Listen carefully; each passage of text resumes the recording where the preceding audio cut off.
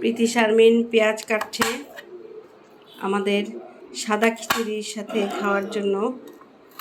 টাটকা পেঁয়াজ লাগে, এই জন্য নিজের হাতে পেঁয়াজ কাটছে।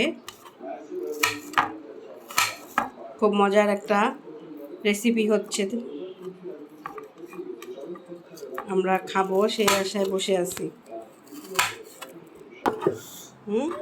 কে খেত এগুলা? কার পছন্দ ছিল? দাদির? তোমার দাদির পছন্দ ছিল? চাচা, ফুপু, এরা সবাই খায়। তাই? ও, কার কাছ থেকে শিখেছো? কার কাছ থেকে শিখেছো এটা? কার কাছ থেকে শিখেছো এই রান্নাটা? কার কাছ থেকে শিখেছো সাদা খিচুড়ি? কার কাছ থেকে শিখেছো?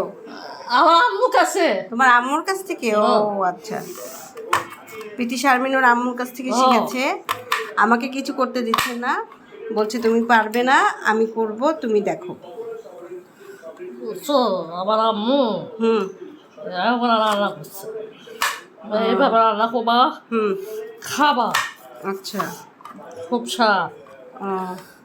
ওর আম্মু বলেছে এইভাবে রান্না করবা, খাবা, খুব স্বাদ। ও